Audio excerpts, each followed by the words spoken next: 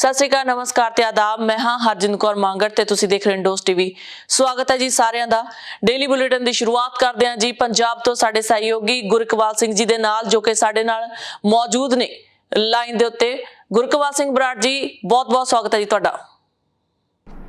शुक्रिया हरजिंद, बहुत बहुत धन्यवाद जी।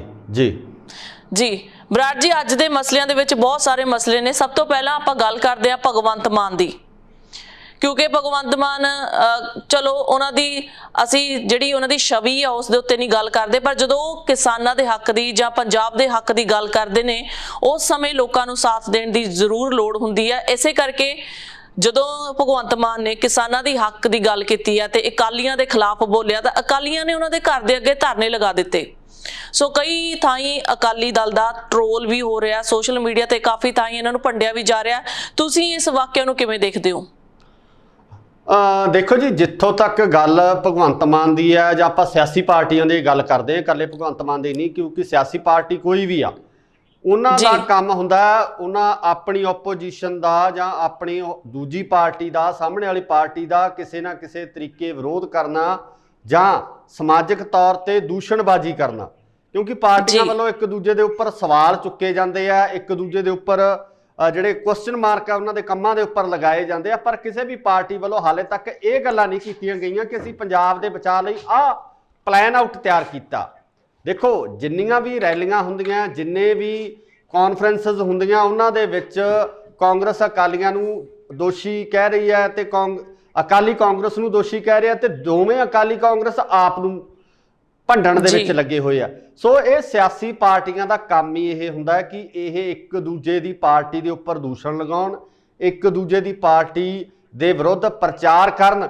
ਪਰ ਮੈਂ ਸਮਝਦਾ ਕਿ ਜਿਹੜਾ ਕੰਮ ਇਹਨਾਂ ਦਾ ਅਸਲ ਹੋਣਾ ਚਾਹੀਦਾ ਕਿ ਜਿਸ ਤਰੀਕੇ ਨਾਲ ਪੰਜਾਬ ਹੁਣ ਬਿਲਕੁਲ ਇਸ ਕੰਢੇ ਤੇ ਖੜਾ ਹੈ, ਬਰਬਾਦੀ ਦੇ ਕੰਢੇ ਤੇ ਖੜਾ ਹੈ, ਤਾਂ ਇਸ ਸਮੇਂ ਸਭ ਤੋਂ ਵੱਧ ਲੋੜ ਇਹ ਸੀ ਕਿ ਪੰਜਾਬ ਦੇ ਇਹਨਾਂ ਹਾਲਾਤਾਂ ਤੋਂ ਬਚਾਉਣ ਵਾਸਤੇ ਇਹਨਾਂ ਪਾਰਟੀਆਂ ਨੂੰ ਇੱਕ ਏਜੰਡਾ ਤਿਆਰ ਕਰਨਾ ਚਾਹੀਦਾ ਸੀ।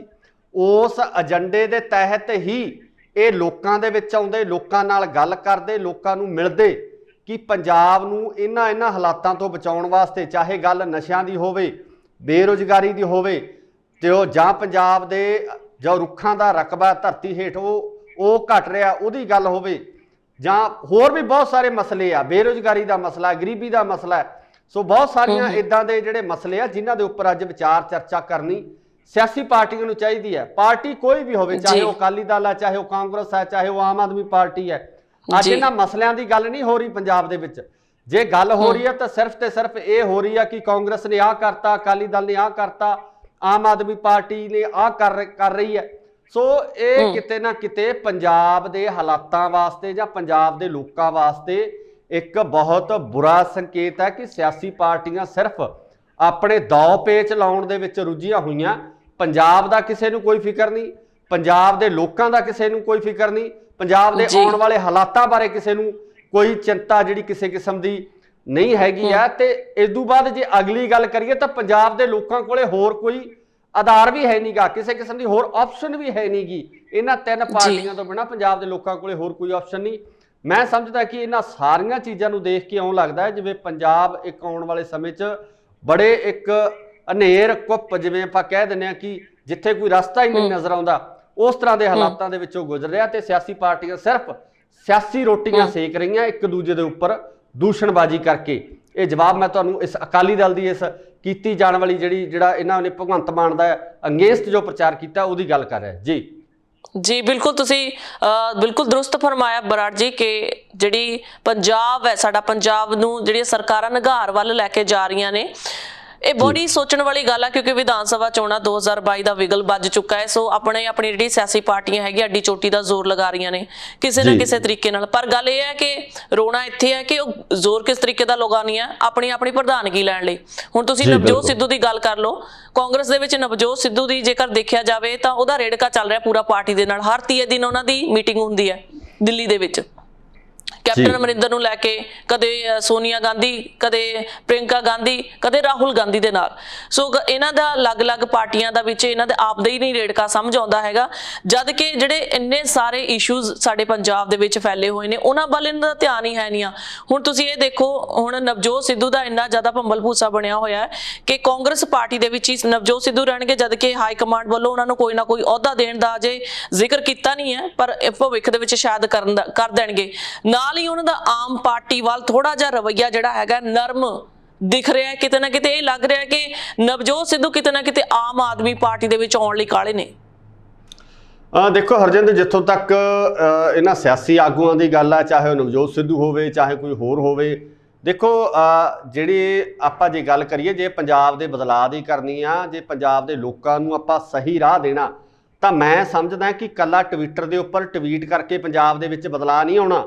ਪੰਜਾਬ ਦੇ ਵਿੱਚ ਬਦਲਾਅ ਲਿਆਉਣਾ ਤਾਂ ਪੰਜਾਬ ਦੇ ਲੋਕਾਂ ਨਾਲ ਇਸ ਸੰਬੰਧੀ ਰਾਏ ਮਸ਼ਵਰੇ ਕਰਨੇ ਪੈਣੇ ਆ, ਗਰਾਊਂਡ ਤੇ ਆਉਣਾ ਪੈਣਾ, ਲੋਕਾਂ ਨੂੰ ਮਿਲਣਾ ਪੈਣਾ, ਲੋਕਾਂ ਦੇ ਵਿੱਚ ਵਿਚਰਨਾ ਪੈਣਾ।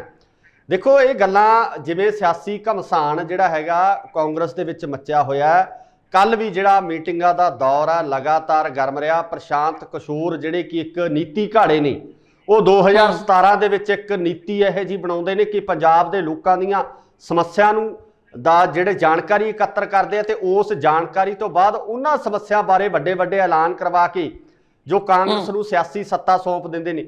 ਸੋ ਇੱਥੇ ਗੱਲ ਇਹ ਹੈ ਕਿ ਪੰਜਾਬ ਦੇ ਲੀਡਰਾਂ ਕੋਲੇ ਇਹਦਾ ਮਤਲਬ ਕੋਈ ਇਸ ਤਰ੍ਹਾਂ ਦੀ ਨੀਤੀ ਹੈ ਨਹੀਂ ਕਿ ਉਹ ਆਪਣੀ ਨੀਤੀ ਦੇ ਤਹਿਤ ਵੀ ਉਹ ਪੰਜਾਬ ਦਾ ਇਲੈਕਸ਼ਨ ਲੜ ਸਕਣ, ਜਾਂ ਕਿਸੇ ਪਾਰਟੀ ਕੋਲੇ ਇਦਾਂ ਦੀ ਕੋਈ ਨੀਤੀ ਤਿਆਰ ਹੀ ਨਹੀਂ ਹੈਗੀ ਕਿ ਪੰਜਾਬ ਦੇ ਲੋਕਾਂ ਨੂੰ ਆਪਣੇ ਵੱਲ ਆਕਰਸ਼ਿਤ ਕਰ ਸਕਣ। ਜਿਸ ਦਾ ਸਭ ਤੋਂ ਵੱਡਾ ਕਾਰਨ ਆਪਣੇ ਸਾਹਮਣੇ 17 ਦਾ ਇਲੈਕਸ਼ਨ ਹੈ ਕਿ ਉਹਨਾਂ ਨੂੰ ਇੱਕ ਨੀਤੀ ਘਾੜੇ ਦੀ ਲੋੜ ਪਈ ਹੈ।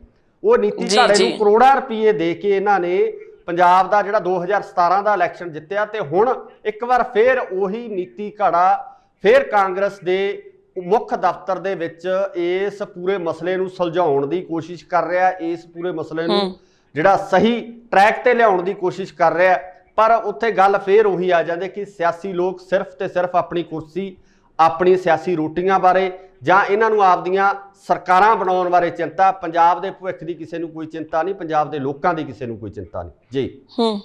ਜੀ ਬਿਲਕੁਲ ਵਿਰਾਟ ਜੀ, ਚਲੰਤ ਮੁੱਦਾ ਜਿਹੜਾ ਕਾਫੀ ਦਿਨਾਂ ਤੋਂ ਭਖਿਆ, ਸ਼ਾਇਦ ਅੱਗੇ ਵੀ ਆਉਣ ਵਾਲੇ ਦਿਨਾਂ ਦੇ ਵਿੱਚ ਇਹ ਮੁੱਦਾ ਗਰਮਜੋਸ਼ੀ ਫੜੇਗਾ, ਕਿਉਂਕਿ ਲਵਪ੍ਰੀਤ ਦੇ ਮੁੱਦੇ ਦੀ ਆਪਾਂ ਗੱਲ ਕਰਦੇ ਹਾਂ।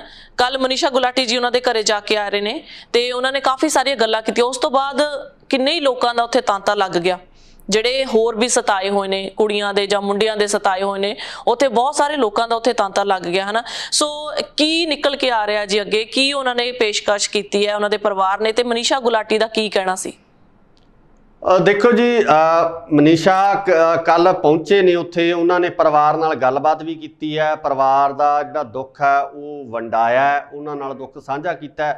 ਤੇ ਜਿਸ ਤਰ੍ਹਾਂ ਦੀਆਂ ਖਬਰਾਂ ਨਿਕਲ ਕੇ ਸਾਹਮਣੇ ਆ ਰਹੀਆਂ ਕਿ ਉਹ ਪਰਿਵਾਰ ਨੂੰ ਭਰੋਸਾ ਵੀ ਦਿੱਤਾ ਗਿਆ ਕਿ ਅਸੀਂ ਜਿਹੜੀ ਇਸ ਦੀ ਪੂਰੀ ਜਾਂਚ ਕਰਕੇ ਇਸ ਤੋਂ ਬਾਅਦ ਜੋ ਬਣਦੀ ਕਾਰਵਾਈ ਹੈ ਉਹ ਲੜਕੀ ਦੇ ਉੱਪਰ ਜਾਂ ਉਸਦੇ ਪਰਿਵਾਰ ਦੇ ਉੱਪਰ ਕੀਤੀ ਜਾਊਗੀ। ਪਰ ਸਭ ਤੋਂ ਵੱਡੀ ਜਿਹੜੀ ਗੱਲ ਹੈ ਕਿ ਇਹ ਮਸਲਾ ਕਿਸੇ ਇੱਕ ਪਰਿਵਾਰ ਦਾ ਨਹੀਂ ਸੀ, ਉੱਥੇ ਹੋਰ ਇਸ ਤਰ੍ਹਾਂ ਦੇ ਬਹੁਤ ਸਾਰੇ ਨੌਜਵਾਨ ਮੁੰਡੇ ਕੁੜੀਆਂ ਤੇ ਬਜ਼ੁਰਗ ਮੌਜੂਦ ਸੀ ਜਿਹੜੇ ਕਿ ਆਪਣੇ ਆਪ ਨੂੰ ਇਸੇ ਮਸਲੇ ਦੇ ਤਹਿਤ ਠੱਗਿਆ ਮਹਿਸੂਸ ਕਰ ਰਹੇ ਸੀ। ਲੱਖਾਂ ਰੁਪਏ ਦੀ ਰਾਸ਼ੀ ਉਹਨਾਂ ਨੇ ਖਰਚ ਕੇ ਲਾੜੇ ਨੂੰ ਜਾਂ ਲਾੜੀ ਨੂੰ ਵਿਦੇਸ਼ ਭੇਜਿਆ, ਤੇ ਵਿਦੇਸ਼ ਜਾਣ ਤੋਂ ਬਾਅਦ ਜਦੋਂ ਉਹਨਾਂ ਨਾਲ ਕਿਸੇ ਕਿਸਮ ਦਾ ਸੰਪਰਕ ਨਹੀਂ ਕੀਤਾ ਗਿਆ ਤਾਂ ਉਹਨਾਂ ਨੂੰ ਪਤਾ ਲੱਗਿਆ ਕਿ ਅਸੀਂ ਇੱਕ ਵੱਡੀ ਠੱਗੀ ਦਾ ਸ਼ਿਕਾਰ ਹੋ ਗਏ ਹਾਂ। ਪੰਜਾਬ ਦੇ ਯਾਨੀ ਕਿ ਹਰ ਇੱਕ ਸ਼ਹਿਰ ਦੇ ਵਿੱਚ, ਹਰ ਇੱਕ ਜ਼ਿਲ੍ਹੇ ਦੇ ਵਿੱਚ ਇਸ ਤਰ੍ਹਾਂ ਦੇ ਕੇਸ ਅਵੇਲੇਬਲ ਹੈ, ਤੇ ਸਰਕਾਰਾਂ ਹਾਲੇ ਤੱਕ ਚੁੱਪ ਨੇ। ਸਰਕਾਰ ਜੇ ਆਪਾਂ ਮੁੱਖ ਮੰਤਰੀ ਸਾਹਿਬ ਦੀ ਗੱਲ ਕਰ ਲਈਏ ਜਾਂ ਹੋਰ ਮੰਤਰੀਆਂ ਦੀ ਗੱਲ ਕਰ ਲਈਏ, ਹਾਲਾਂਕਿ ਮਨੀਸ਼ਾ ਗੁਲਾਟੀ ਜੀ ਵੱਲੋਂ ਪਹਿਲ ਕਦਮੀ ਕਰਕੇ ਇਸ ਦੇ ਉੱਪਰ ਕਾਰਵਾਈ ਕਰਨ ਦੀ ਗੱਲ ਕਹੀ ਗਈ ਆ, ਪਰ ਇਹ ਆਉਣ ਵਾਲਾ ਸਮਾਂ ਦੱਸੂਗਾ ਕਿ ਕਿਸ ਤਰ੍ਹਾਂ ਦੀ ਕਾਰਵਾਈ ਕੀਤੀ ਜਾਂਦੀ ਹੈ, ਕਿਸ ਤਰ੍ਹਾਂ ਦੀ ਜਾਂਚ ਕੀਤੀ ਜਾਂਦੀ ਹੈ। ਪਰ ਪੰਜਾਬ ਦੇ ਮੁੱਖ ਮੰਤਰੀ ਇੰਨੇ ਸੰਵੇਦਨਸ਼ੀਲ ਮਸਲੇ ਦੇ ਉੱਪਰ ਬੋਲਣ ਲਈ ਤਿਆਰ ਨਹੀਂ, ਉਹਨਾਂ ਵੱਲੋਂ ਕਿਸੇ ਕਿਸਮ ਦਾ ਕੋਈ ਬਿਆਨ ਨਹੀਂ ਜਾਰੀ ਕੀਤਾ ਗਿਆ, ਜਦੋਂ ਕਿ ਪੰਜਾਬ ਦੇ ਵਿੱਚ ਹਰ ਨੌਜਵਾਨ ਮੁੰਡਾ ਕੁੜੀ ਇਸ ਸਮੇਂ ਇਸ ਚੀਜ਼ ਨੂੰ ਲੈ ਕੇ ਸੋਚ ਰਿਹਾ, ਸੋਸ਼ਲ ਮੀਡੀਆ ਦੇ ਉੱਪਰ ਪੋਸਟਾਂ ਪਾ ਰਹੇ ਨੇ, ਸੋਸ਼ਲ ਮੀਡੀਆ ਦੇ ਉੱਪਰ ਬੋਲਿਆ ਜਾ ਰਿਹਾ। ਪਰ ਸਰਕਾਰ ਵੱਲੋਂ ਕੋਈ ਆਪਾਂ ਨਿੱਜੀ ਤੌਰ ਤੇ ਆਪਾਂ ਕਹਿ ਲਈਏ, ਮੈਂ ਵੂਮਨ ਕਮਿਸ਼ਨ ਦੇ ਚੇਅਰਮੈਨ ਮਨੀਸ਼ਾ ਗੁਲਾਟੀ ਨੂੰ ਛੱਡ ਕੇ ਹੋਰ ਸਰਕਾਰ ਦੇ ਕਿਸੇ ਵੀ ਨੁਮਾਇੰਦੇ ਵੱਲੋਂ ਜਿਹੜਾ ਇਹਦੇ ਉੱਪਰ ਕੋਈ ਵੀ ਪ੍ਰਤੀਕਿਰਿਆ ਨਹੀਂ ਦਿੱਤੀ ਗਈ ਆ। ਜੋ ਕਾਰਵਾਈ ਹੋਊਗੀ ਉਹ ਆਉਣ ਵਾਲੇ ਦਿਨਾਂ ਵਿੱਚ ਪਤਾ ਲੱਗ ਜੂ ਕਿ ਕਿਸ ਤਰ੍ਹਾਂ ਦੀ ਕਾਰਵਾਈ ਮਨੀਸ਼ਾ ਜੀ ਕਰ ਰਹੇ ਜੀ। जी, मनीषा गुलाटी ਦੀ ਬਿਲਕੁਲ ਜੀ ਦਾਤ ਦੇਣੀ ਬਣਦੀ ਹੈ ਕਿਉਂਕਿ ਸਤਿਕਾਰਯੋਗ ਨੇ ਬਹੁਤ ਜ਼ਿਆਦਾ ਬਹੁਤ ਸਾਰੇ ਮੁੱਦੇ ਉਹਨਾਂ ਨੇ ਪਹਿਲਾਂ ਵੀ ਪੰਜਾਬ ਦੇ ਵਿੱਚੋਂ ਚੁੱਕੇ ਨੇ, ਚਾਹੇ ਉਹ ਕਿਸੇ ਵੀ ਮਜ਼ਦੂਰੀ ਦਾ ਮੁੱਦਾ ਹੋਵੇ ਜਾਂ ਕਿਸੇ ਦੇ ਖੁਦਕੁਸ਼ੀ ਦਾ ਮੁੱਦਾ ਹੋਵੇ ਜਾਂ ਮਾਪਿਆਂ ਨੂੰ ਘਰੋਂ ਕੱਢਣ ਦਾ, ਉਹ ਹਮੇਸ਼ਾ ਪਹੁੰਚਦੇ ਨੇ। ਇਸ ਲਈ ਵੀ ਆਹ ਮੁੱਦੇ ਲਈ ਵੀ ਉਹ ਜ਼ਰੂਰ ਪਹੁੰਚ ਰਹੇ। ਪਰ ਜਿੱਦਾਂ ਤੁਸੀਂ ਕਿਹਾ ਕਿ ਸਿਰਫ ਮਨੀਸ਼ਾ ਗੁਲਾਟੀ ਹੀ ਦਿਖਦੇ ਨੇ, ਹੋਰ ਜਿਹੜੇ ਅਹੁਦਿਆਂ ਦੇ ਉੱਤੇ ਮੰਤਰੀ ਸੰਤਰੀ ਤੈਨਾਤ ਨੇ ਉਹ ਕਦੇ ਵੀ ਅੱਗੇ ਨਹੀਂ ਵਧਦੇ, ਖਾਸ ਕਰਕੇ ਆਪਣੇ ਕੈਪਟਨ ਅਮਰਿੰਦਰ ਮੁੱਖ ਮੰਤਰੀ ਸਾਹਿਬ। ਉਹਨਾਂ ਨੂੰ ਜੇਕਰ ਹੁਣ ਇੱਥੇ ਗੱਲ ਕੀਤੀ ਜਾਵੇ ਕਿ ਜਦੋਂ ਪਾਕਿਸਤਾਨ ਬੈਠੀ ਅਰੂਸਾ ਉਹਨਾਂ ਤੋਂ ਚੀਕੂ ਦੀ ਮੰਗ ਕਰਦੀ ਹੈ ਤਾਂ ਉਹ ਤਾਂ ਉਦੋਂ ਹੀ ਪਹੁੰਚ ਜਾਂਦੇ ਆ, ਚਾਹੇ ਆਈਸਕ੍ਰੀਮ ਦੀ ਮੰਗ, ਉਹ ਸਪੈਸ਼ਲ ਜਹਾਜ਼ ਕਰਕੇ ਭੇਜਦੇ ਨੇ ਉਹਨਾਂ ਨੂੰ। ਪਰ ਜਦੋਂ ਸੰਜੀਦਾ ਮੁੱਦਿਆਂ ਦੀ ਗੱਲ ਆਉਂਦੀ ਆ, ਖਾਸ ਕਰਕੇ ਜਿਹੜੇ ਆਮ ਲੋਕਾਂ ਦੀ ਗੱਲ ਆਉਂਦੀ ਆ, ਉਦੋਂ ਮੁੱਖ ਮੋੜ ਜਾਂਦੇ ਨੇ। ਉਦੋਂ ਉਹਨਾਂ ਨੂੰ ਇਹ ਪਤਾ ਵੀ ਨਹੀਂ ਹੁੰਦਾ ਕਿ ਕਿਹੜੇ ਲੈਵਲ ਤੇ ਕੀ ਗੱਲਾਂ ਹੋ ਰਹੀਆਂ ਨੇ।